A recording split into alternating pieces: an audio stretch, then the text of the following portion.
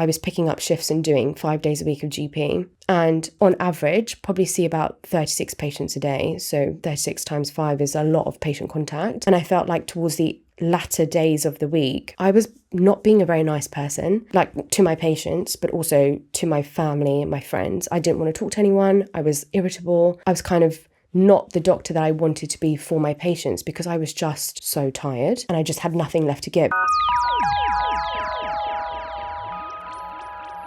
Welcome to The Slowdown, your time to redefine success and growth for yourself with a little inspiration from others.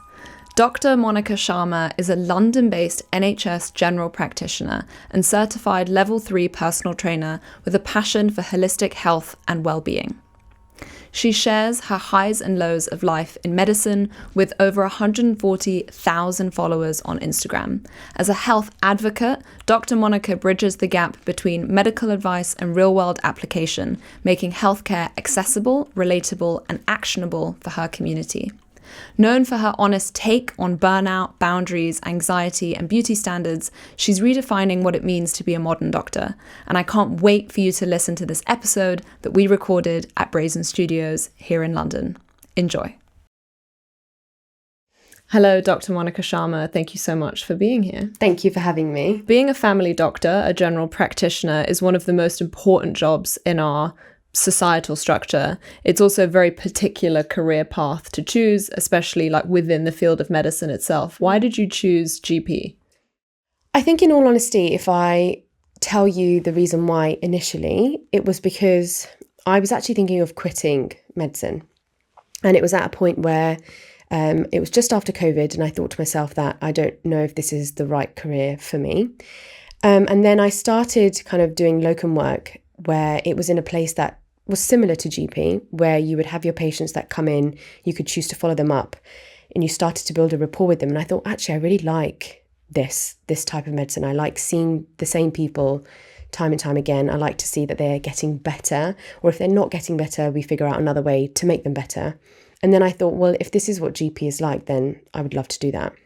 And so I applied for GP training and became a GP. And I think now, having been a GP for nearly 2 years, I really do love the variety that I have. You know, I could see the first patient would be, you know, like a less than 1-year-old baby. And then the second patient will be somebody over 90. And so I think that breadth is so nice. And the fact that you can also kind of watch your patients grow up, I think is actually a privilege. My mum's been with her GP for 20 years and she has had that same experience because that GP has worked there for so long that she's really gotten to know her over such a long period of time.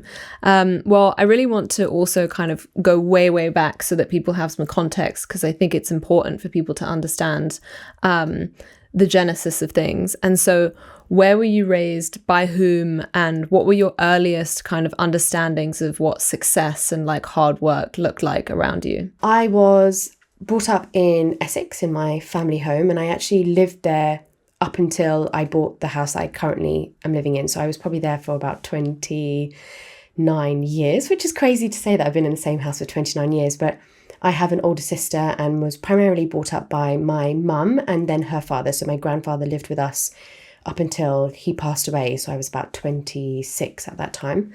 And I guess success in that household was mostly academic. And I think the reason why is because my grandfather came from another country to provide a life for his children. And so my mum had the same ethos. My mum didn't go to university, but she wanted to give me and my sister opportunities that she kind of never had.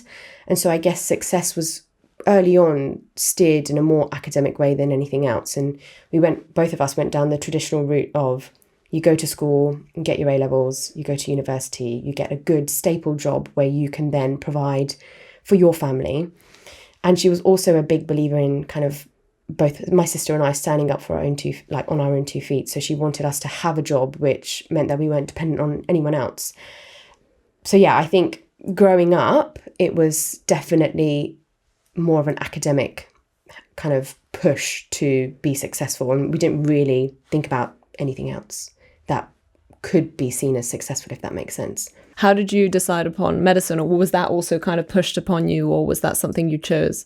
So weirdly, I would say that it wasn't pushed on my sister or I. So my sister actually has type 1 diabetes, and she has been struggling, or I wouldn't say struggling, but she's been managing that all her life. But my earliest memory was her kind of having to deal with it as a child. So my mum would have to kind of prick her finger for glucose testing, inject her with insulin. And I think growing up, seeing how much healthcare had a positive impact on her life, obviously filtered down into me and her, which is why we're both doctors today.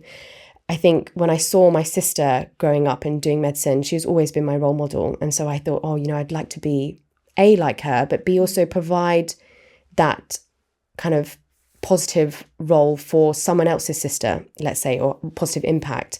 But when I applied for medicine, my sister was like, don't do it, because it's really hard. And my mum was like, I don't think you should do it, because also I wasn't as academically gifted as my sister. I ended up resitting some of my A-levels, which again is not really spoken about. I then got into medical school, passed and did medical school for 6 years and a BSc, and then kind of did medicine after. But there were some challenges in terms of my academics, and I think I only realised later on in life, because I was diagnosed with dyslexia at the age of 30, having failed one of my GP written exams.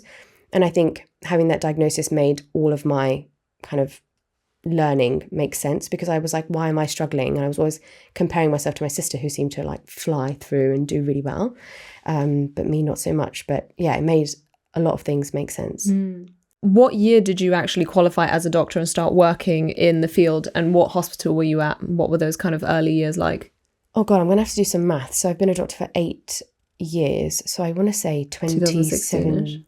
Yeah. 2017? Probably. Yeah, I think so. Might be wrong. But I was actually working at Barking, Havering and Redbridge, which is kind of notorious for its hospital. So Queen's Hospital. I was there for a year, and then I did Royal London for my F2 year. What is it notorious for? Being difficult. It's a district general hospital. So in the sense that it doesn't have maybe the resources that a tertiary centre has, like the Royal London. Royal London is also a trauma centre. So you get different experiences. Sometimes you aren't as well staffed as the bigger hospitals, and also you're kind of looking after more patients and maybe dealing with a bit more stress. So that was my first year experience, and I think I wasn't expecting that. And I think that's when it really hit me that what I thought I was going to be doing isn't matching up to my reality. So my expectation of what I thought a doctor would be like and what I would be doing wasn't matching up to what my actual job was, and I felt like it was a bit chaotic, to be honest. What was the reality of what you were doing on a day-to-day? It would be all or nothing. I think it would be either that I felt like I was a bit of a jobs monkey, like I was just doing admin jobs, ticking off, doing, getting bloods from this person, inserting a cannula into this person, doing someone's discharge summary, whatever that looked like, checking the obs on this person. Or it would be I'm carrying a crash bleep and responsible on call for 4 wards or a whole floor of the hospital. And I'm literally the most junior person, yet there I am sometimes being the first person there and being like, I'm going to have to do the chest compressions now. Like, okay, great. So it was either I'm like taking bloods from a person and ticking off a little box, or I'm like doing chest compressions and looking after loads of people, and I had no idea what I was doing. About 5 years into that, COVID arrives. Mm-hmm. Which hospital were you at then? What were you doing, and what was that experience like? So I did my F1 and my F2, and I decided after my foundation year 2 that I was going to take a year out. And in that year, I was, as many people do, going to figure out what I was going to do with my life. Because of this expectation and reality not marrying up, I actually wanted to quit. So I was thinking, well, this is my year to figure out, am I going to get another job somewhere else, or am I going to persist in medicine? So I thought I would do 6 months of locum work, which is where you're self-employed. Mm-hmm. You earn the money, and then the last 6 months, I was going to go traveling. And that's when COVID happened. And I remember, because I think it was something that nobody was expecting in the hospital. I remember I was there before it actually hit. Hospital consultants were saying it's never going to reach the UK, like, don't worry about it. And I thought to myself, okay, it's fine. And then all of a sudden, literally in less than 2 weeks, it was like, okay, now there's going to be COVID wards, COVID rota, everything. Obviously, I couldn't travel. So I was at Whipps Cross Hospital in East London, and I was then on the COVID rota, basically, where you do like 3 days on, 3 days off, 3 days on call.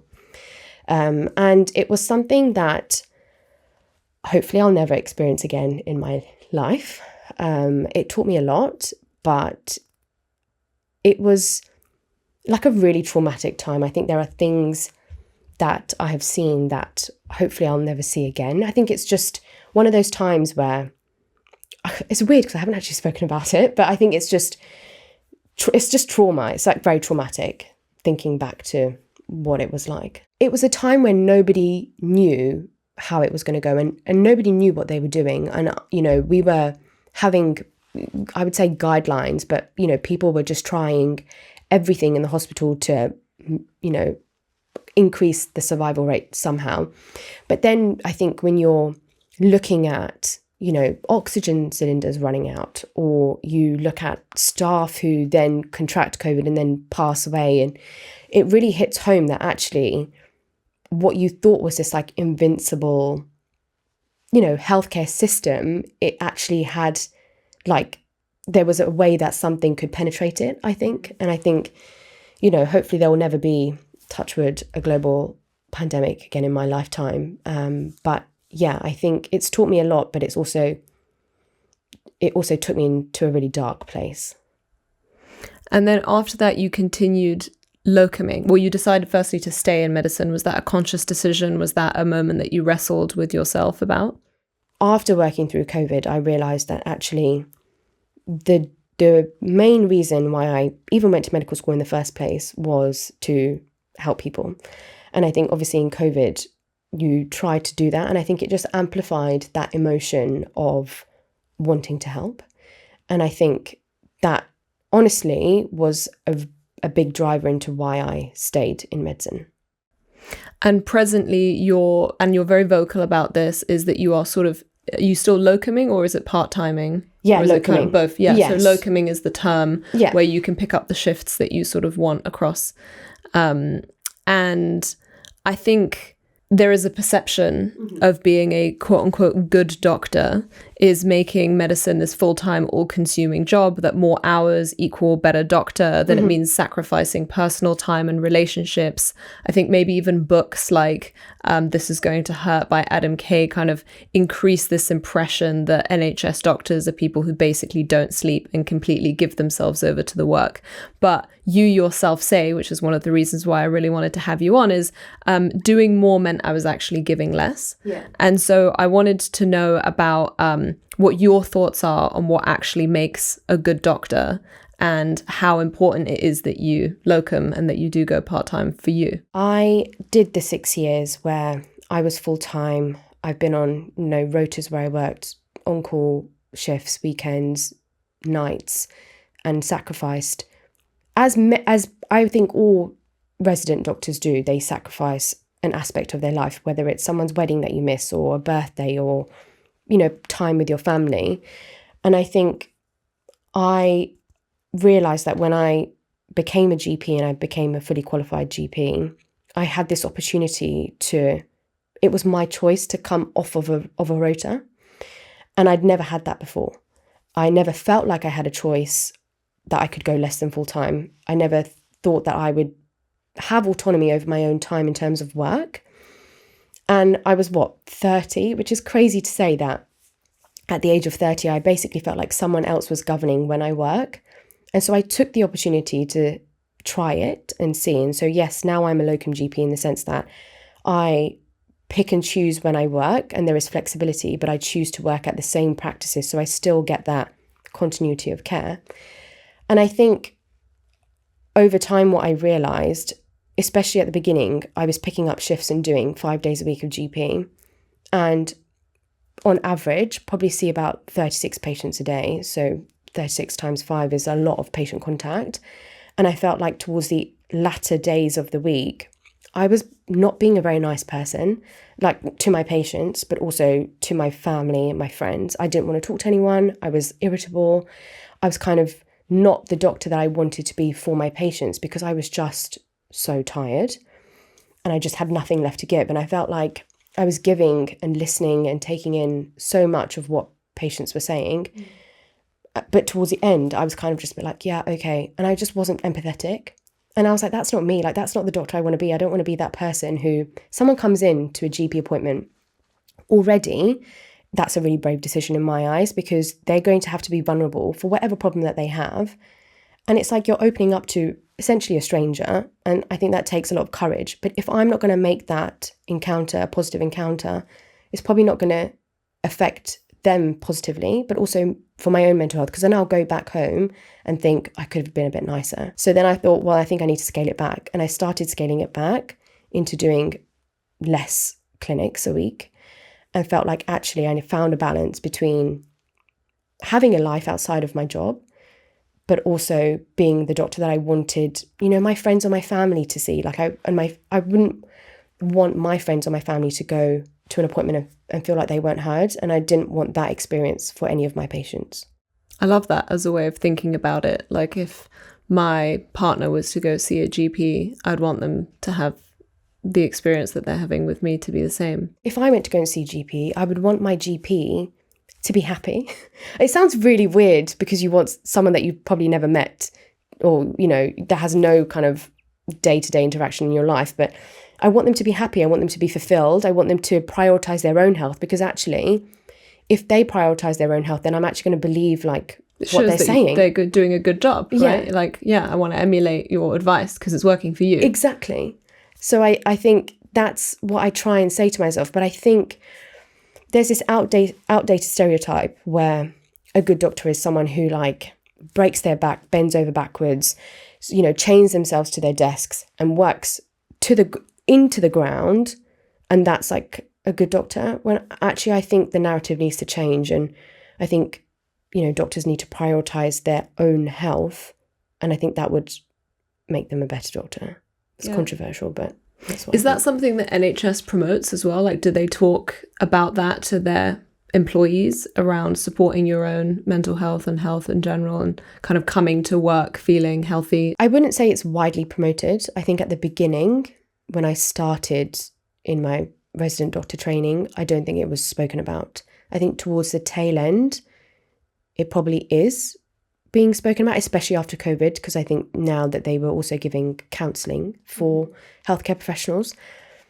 But after posting online, I have had people say that, they're encouraged to go less than full time because, for whatever reason. Whereas when I started, one of the main reasons and only reasons you could go less than full time is if you had a dependent, like if you had a child. It was seen as acceptable, but otherwise it wasn't really. But I think that is changing from what I'm hearing.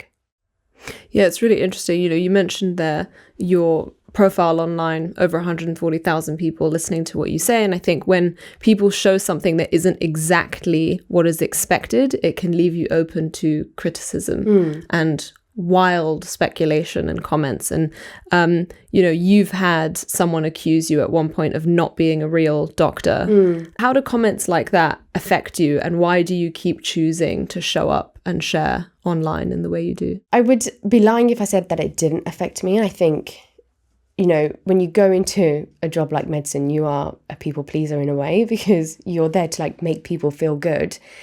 And I think, it usually should be in one ear and out the other. But when someone is attacking your job and your authenticity and, everything that I've worked hard for, to then say, oh, actually, you're not a real doctor. Like, who are you to say that? Just because I'm not fitting your stereotype of what a doctor is, that's fine. But I guess I just find it outrageous that I would never think that or say that to someone else. So I find it odd that someone would say that to me when they don't even know me. But I think I'm getting better at managing the comments. But the reason why I continue to show up online is because of the community, that if I post something and say I've had this really negative comment, there are hundreds of people who will say, please don't listen to it. Your story has changed the way that I work, or you've inspired me to promote or even post something online and maybe start my journey online, or even prioritize my life outside of work. And I think that's the reason why I keep going, is because if it reaches one person or helps one person, then for me, that's enough. And it sounds like you really found a way to find a balance with the work and your personal life. But then you've gone and added an entire additional career, which is content creation, which for a lot of people is a full-time job. Yeah. So how are you now balancing both of those things and obviously like having a home, having a partner, like living your life? I didn't appreciate how much work goes into content creation.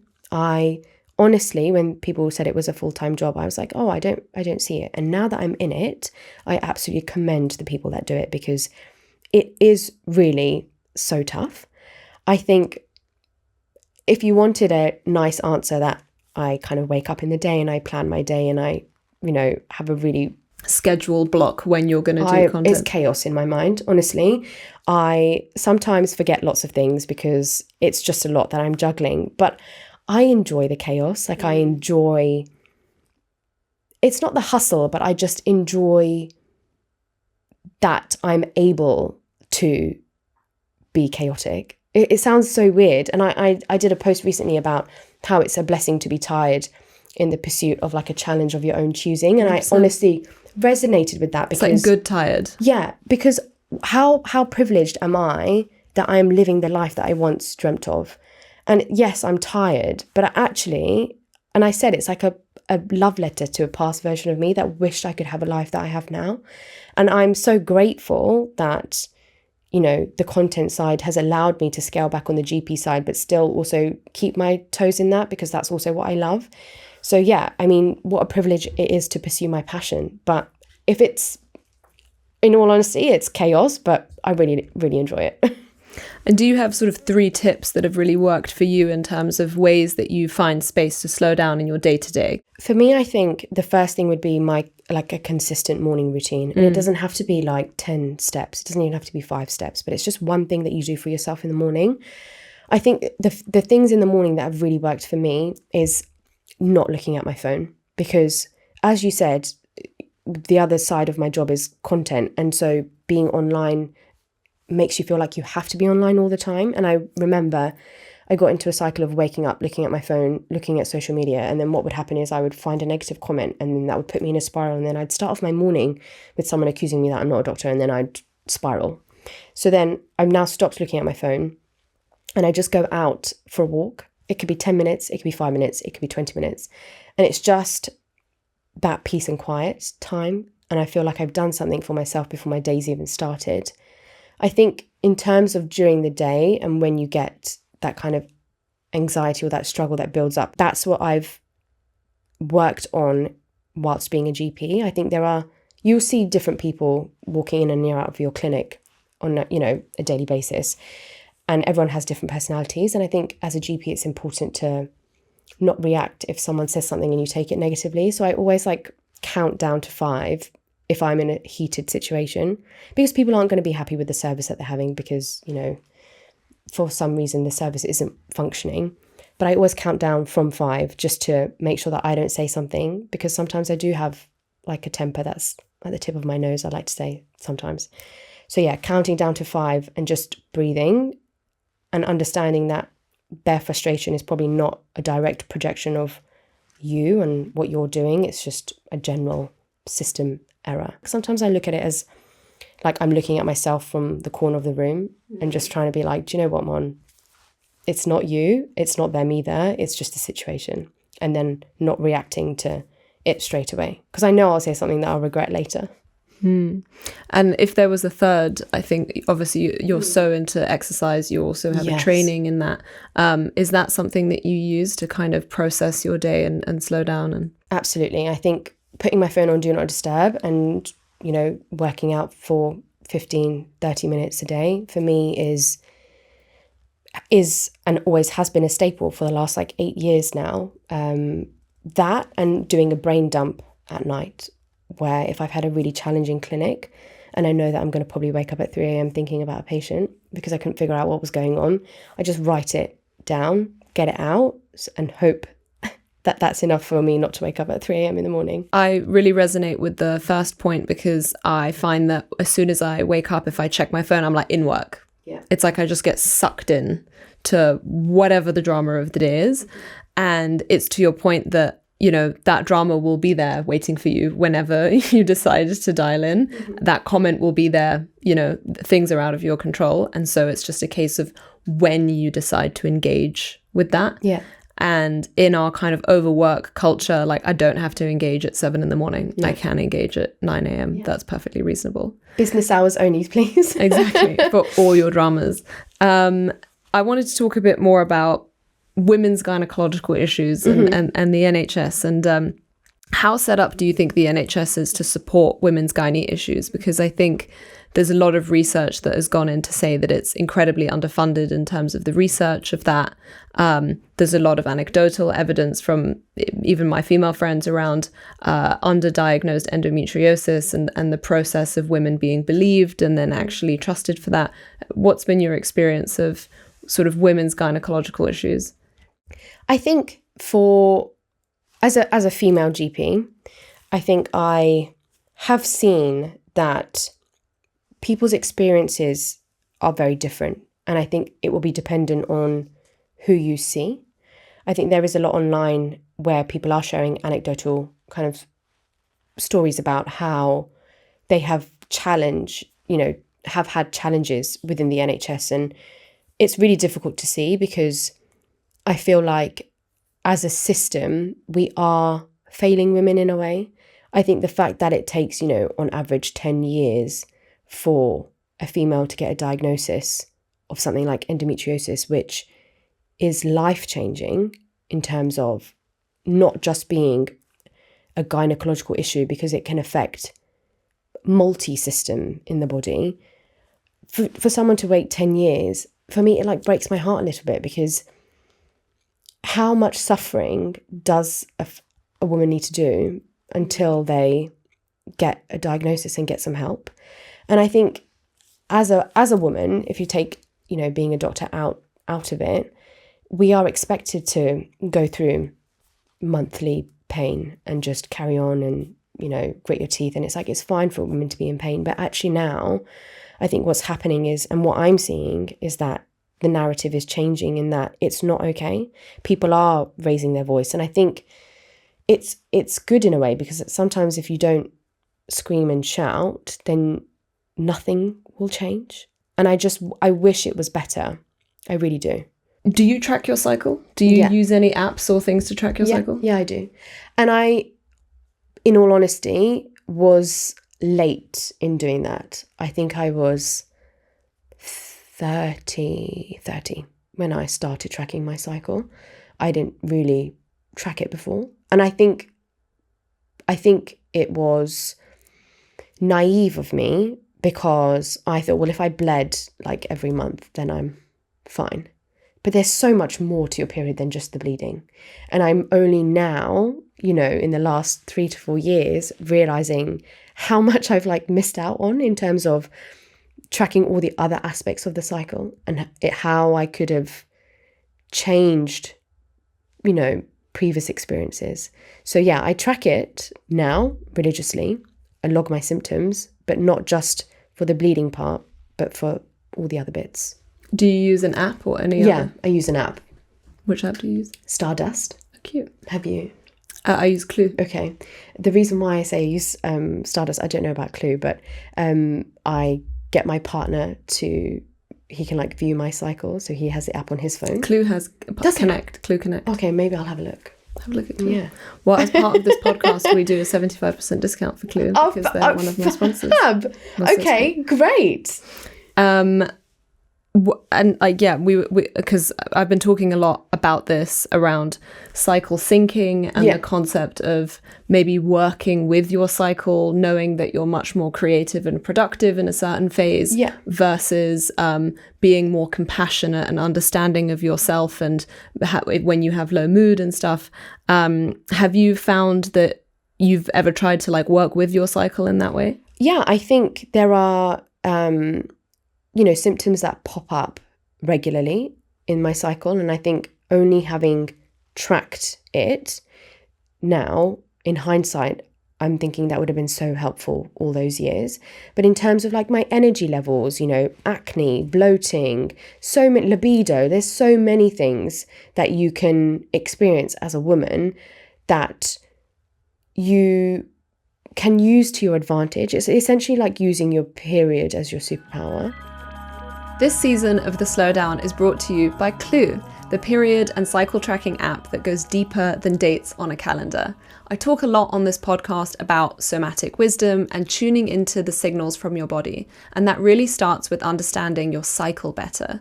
Clue is an essential part of my daily routine, not just knowing when my period is coming, but knowing what phase of my cycle I'm in, how I'm feeling, my energy, my sleep, and now I use it in the trying to conceive mode.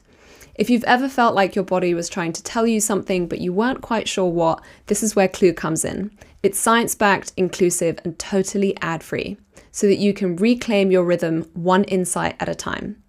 And especially for the Slowdown listeners, Clue is offering a 75% discount code on their annual Clue Plus subscription via their website. To redeem this, go to helloclue.com and enter the code SLOWDOWN at checkout. That's SLOWDOWN, one word. I'll also attach the direct link with the discount already embedded in the show notes. So download Clue today and start making space for the signals your body's been sending all along. And I used to view it as this like annoyance. And sometimes it is, like, oh God, I want to wear a white dress and maybe I don't feel as confident or whatever. But I'm now starting to change it to use it as my superpower and be like, well, this is why I feel like this. So maybe I'm not going to, do a crazy HIIT class whilst I'm not feeling great. What happens during our cycle that affects our actual mental health? Like, how do the hormones affect the way that we see ourselves? In terms of mental health and periods, there are fluctuations within your cycle, right? So you have estrogen and progesterone as like the main players. But what I would say is, rather than me saying like, this is what estrogen is going to do to your body, this is what progesterone is going to do, if there's one thing that someone will take away from this is to track your cycle. And the reason why is because each person, and I've seen it in clinic, each person responds to a hormone differently. You have women who go through no issues with their mental health during their period. They're absolutely fine. You have women who are on the other end of the spectrum, who actually suffer from PMDD, who, have really dark thoughts during their cycle. And there's no way of predicting where on that spectrum you're going to lie. But I think it's so important to know for yourself where you sit on that spectrum. And so I think tracking your cycle can give you so much information about your body, because there's literally only one of you.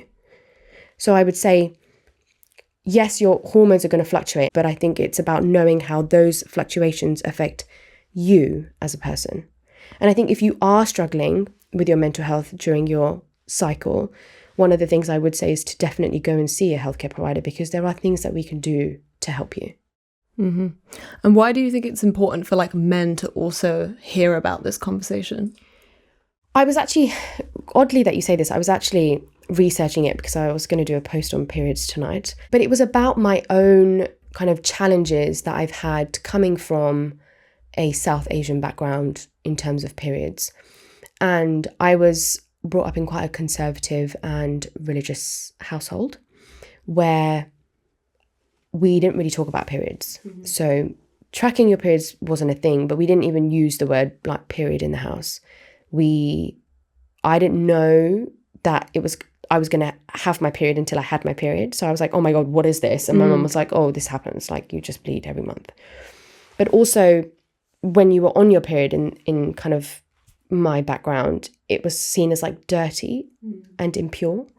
So you didn't speak about it to men, but you weren't allowed to go to like religious things because you were impure and dirty. So I spent so much of my time kind of suppressing the period and suppressing the dirty side, and that I would expect that if I ever had a partner, I would never speak to them about it because it's like taboo.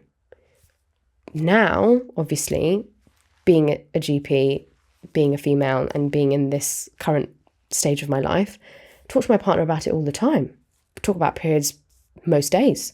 I'm like, oh my God, this is why I'm feeling like this because I'm in X, or like, have you looked at my cycle today? I don't know when my period's coming. And he'll be like, oh, it's in 7 days' time. And I'm like, oh, great. But I feel like it's so important to have an open conversation with your partner, because my partner is on a 24-hour cycle. So it wakes up 9 a.m., whatever, feels the same as he does 9 a.m. one day as he does the other day. Whereas we don't, no 2 days are the same in my book. And I think it's important for them to understand that. So then they, when you have those changes in your mood, or you have those cravings, or, you don't feel great in yourself, they can understand why you're feeling like that.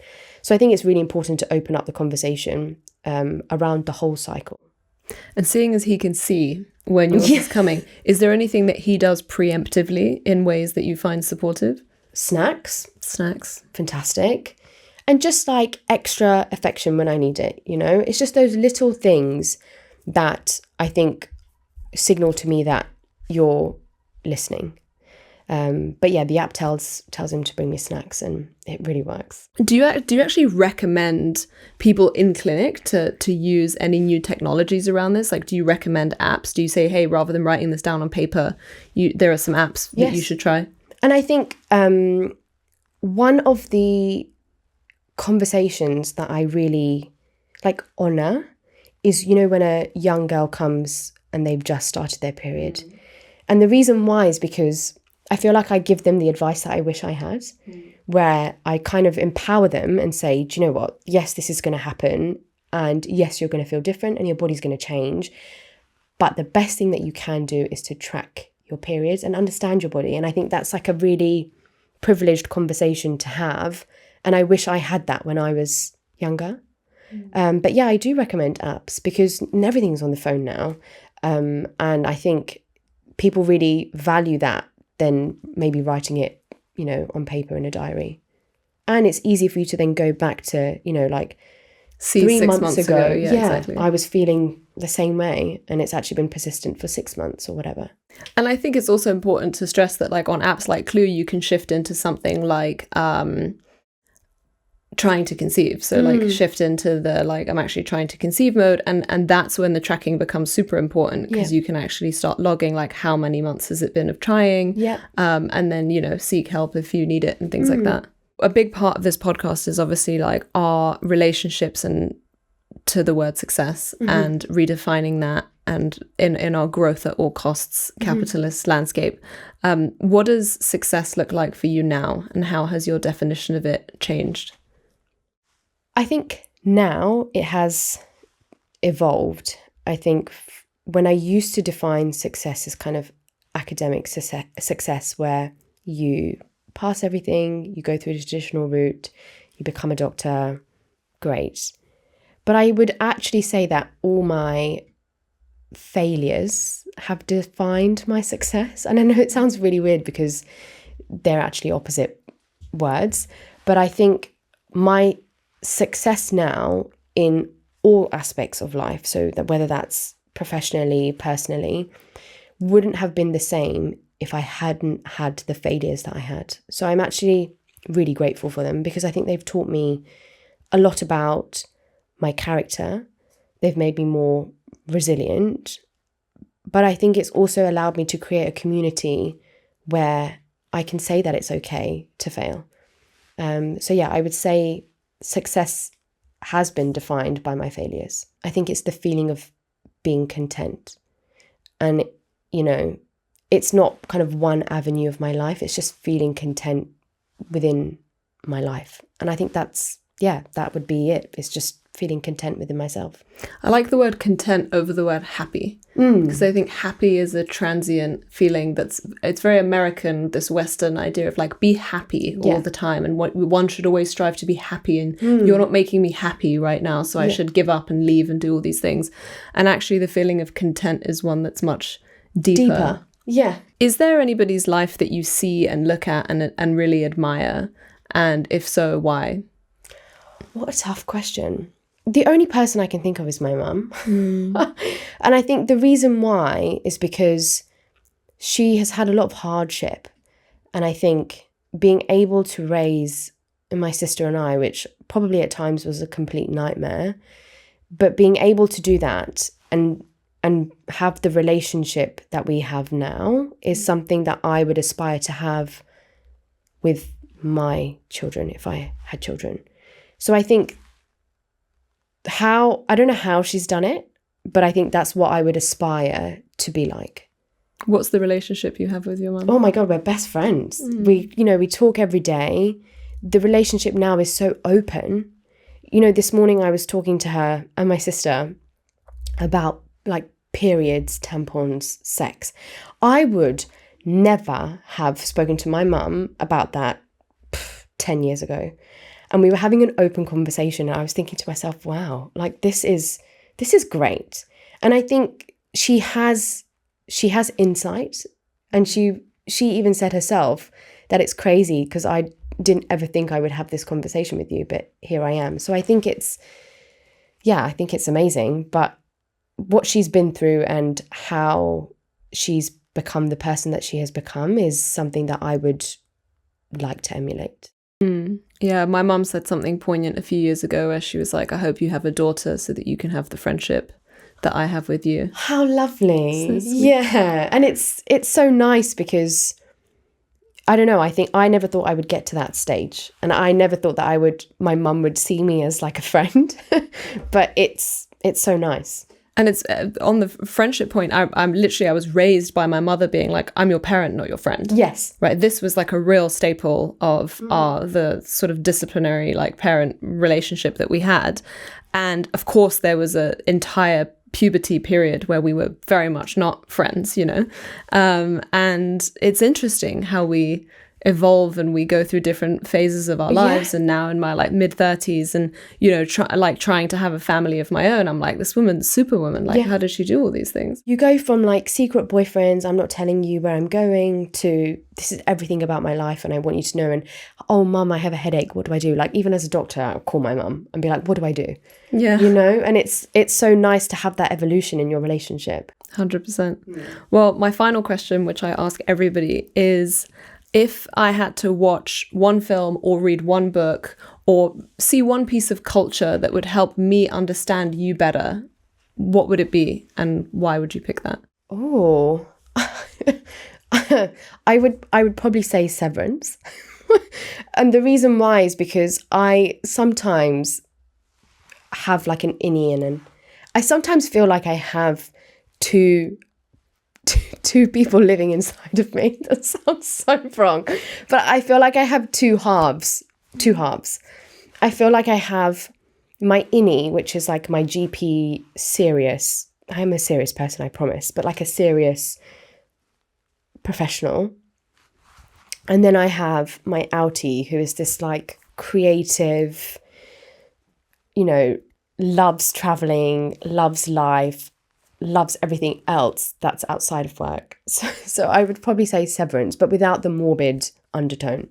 For anyone that doesn't know what Severance is, it's essentially a program based around severing your brain so that you have an innie that is your work life, and then an outie, which is your outside life, and the two don't know what the other does. I can't spoil it, but it gets very juicy. I feel like you've done a very good job of blending the two, like showing the world on social media what your life is like as a doctor, but also showing your personality and being able to have friendships outside of work that kind of also are interested in all parts of you. I'm very interested in all of these different parts of you. Thank you. Maybe that's my midline is the social side where it's like the two crossover. I have one final question, which is something that's been sort of plaguing me recently around I love the concept of obviously slowing down, scaling back, figuring out what's right for you, like knowing yourself better. But then there's also this difficult water to navigate around ambition versus legacy, purpose versus, I want to do a bit less. I would like to put my feet up and go for longer walks and spend more time cooking or whatever it might be. Do you ever sort of struggle with that or think about that? I think every day I ask myself, like, what's my purpose? I think when you're straddling two jobs, you're kind of, what is my purpose? Because it's not, becoming super academic in the GP side, because I don't think that's for me, but it's also not going into the content side full time. And I am constantly asking myself, like, what's the end goal? And then I think I realized there isn't an end goal, because I feel like every goal I have, the goalpost just then moves. So I think for me, it's about enjoying the day-to-day. I have ambitions, I have goals, I have things that I want to achieve. And it might not be a legacy. It might not be something that people remember me by, or, you know, or whatever it is. But I think so long as I feel fulfilled, to me, that's probably enough. And there are days where, you know, I forget to eat because I'm so rushed off my feet. And then there are days where I watch Desperate Housewives and enjoy my lunch. So long as I have a balance of both, for me, I think that's probably enough. And on this topic of slowing down, redefining growth, success, is there anything you want to add that I haven't asked? I would ask you, if it's okay. Sure. I guess my question to you is, how do you do it all? Because I feel like you are also spinning multiple plates. And I think it would be valuable for me to learn from someone else who is, I would say, you know, similar. And I look at you and I think what you're doing is amazing. So my question to you is, if there was one tip that you could give me, what would it be?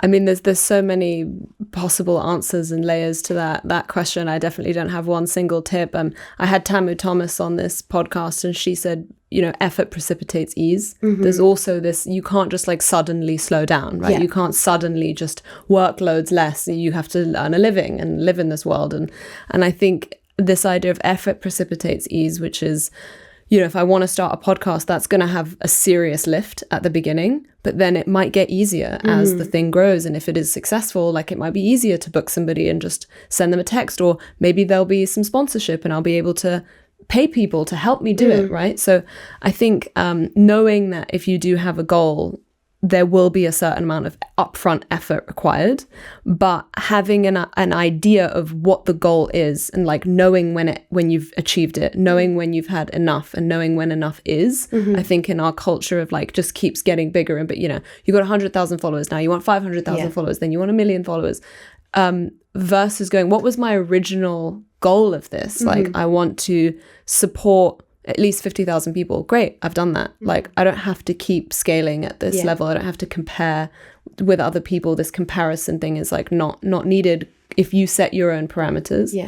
Time management is like my superpower. I think I can get so much done in a day without feeling overwhelmed, and that's usually how I'm able to shift from, I mean, I run like 4 businesses alone, right? And so it's kind of like shifting from being a co-founder and like running a business to like running a podcast to Airbnb at a house to doing this to like managing that. So I think really good time management helps. And then knowing when I have breaks. Exercise is a great one. Like, I usually stick my yoga like in the middle of the day, because otherwise I won't leave the house, and I like very easily will spend 14 hours just at my laptop working. Whereas like kind of scheduling in stuff that I have to do in the middle of the day is really helpful. This whole podcast is a real exploration into like hearing from others and learning myself, because it's imperfect, you know. And I think there's a feeling that people kind of hear the name of the podcast, but then hear that I work 16 hours a day, and then they're like, you're a hypocrite. Like, how is this the slowdown, right? But I think it's very much an active verb. It is a slowing down. It is a process, and it's like trying to figure out how that works. And it's adding to that, I'm in my 30s. This is now the peak of my life where I'm supposed to make some money and put that money away, right? Like, only I can do that. So it's, I don't know if that answered your question at all, to be honest. Yeah. I think being a female and navigating your 30s is a really weird time.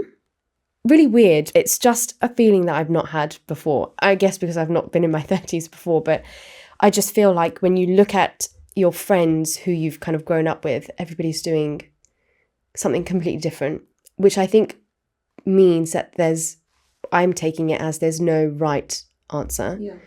But I think you're right. I think that in order to slow down, there has to have been some sort of like hustle before to then know that it's okay to slow down. But yeah, that was really helpful. So thank you. Thank you so much for being here. Thank you for having me. Appreciate your time. Thank you. Thank you for tuning in. This episode was hosted and created by me, Tiana Tambridge. It was produced by Whitney Rosenthal, with sound and video produced and recorded at Brazen Studios. Cover art and design by Natalia Ruhe, and the sponsor for this whole season is Clue.